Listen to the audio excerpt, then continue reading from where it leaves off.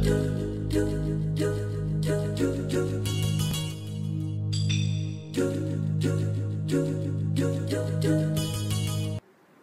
guys, Jarrod here, and I lied to all of you. I know, it's terrible. I told you I was going to take some direct footage of the attract screens from the firmware update to my glorious Neo Geo X, but unfortunately I can't do that because I recorded about 16 minutes of footage, 8 minutes of the version 3.7 and 3 minutes of the version 500 firmware. And when I looked at it on the computer, I split screen it, showing you, frame by frame exactly how it looked, and they both look exactly the same. I have no idea why that is. It's got to be something to do with the way the Neo Geo X is outputting the signal. I don't know. It's like the direct footage looked exactly the same, like exactly the same. There was still this exact same screen tearing, the same everything.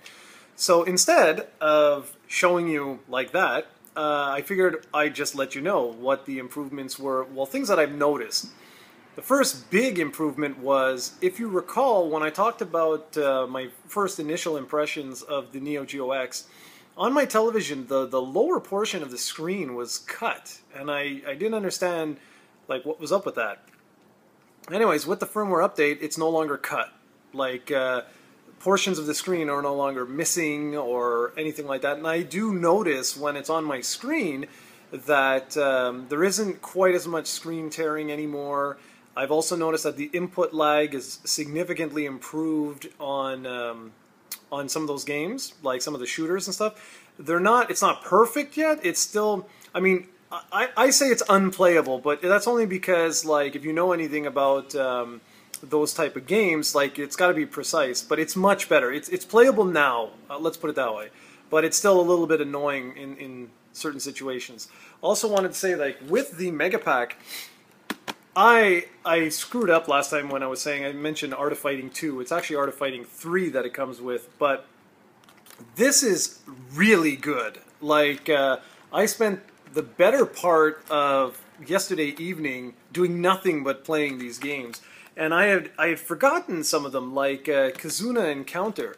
That's a great game.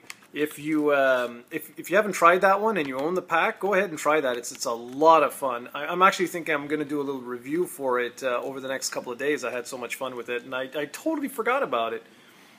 Some other ones, obviously, Garou, Mark of the Wolves, Metal Slug 2, King of Fighters 96, The Last Blade. These are just some of the ones that are really good.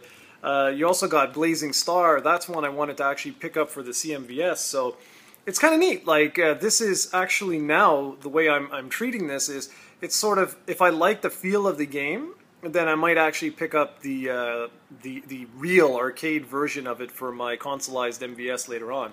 But anyways, let's get back to what I was saying. Not much else I can really add, I guess. I just wanted to give you guys just a quick update on this platform now. Like, I think the 500 firmware update makes this a much better device. I really like what I'm seeing through the HDMI on the television. I haven't tried composite because really I don't like composite to begin with. With retro consoles, if I can now, I'm using SCART because I picked up an adapter that I had seen online through Adam Korlick. I think that's how he pronounces his name. And I'll talk about that later on, but the thing is, if I can use HDMI on these type of things, I'm going to. It just makes more sense. And right now, it looks a lot better than it did before the firmware update. And now my biggest hope is that this device is selling enough, or that the Mega Pack is selling enough, that Tomo will release another Mega Pack so that we can get further enhancements. It's you can actually save your games now on here, which is pretty cool. You need the memory card in there. Like, you can't use Ninja Masters, but you can use the Mega Pack. You can use any of the individual packs that they released. And yeah, that's really cool. I haven't tried it out yet because I've been playing games that don't really use memory cards functionality or whatever. But still, that's cool. I like that. They're making the right strides forward. What I want to see them add next is the UniBIOS, because it seems really silly to me that they keep putting the American versions of these games. We should have the option, like when we first go in, say, to the ROM, we should be able to say, like, okay, I want it Japanese mode, I want it arcade mode, or I want it home mode and US mode, whatever. Things like that. It would make it go a long, long way. Anyways, that's my, my initial impressions of the new firmware. Sorry I couldn't show you the attract screens, but like I said, they looked identical. So that's kind of useless. You're going to see something and it looks the exact same thing, so that was useless. Alright guys, thanks for watching. If you have any questions at all about the Neo Geo X, or you'd like to see me cover anything in particular, by all means let me know. Leave a comment below and I'll see what I can do. Thanks for watching. Take care of yourself.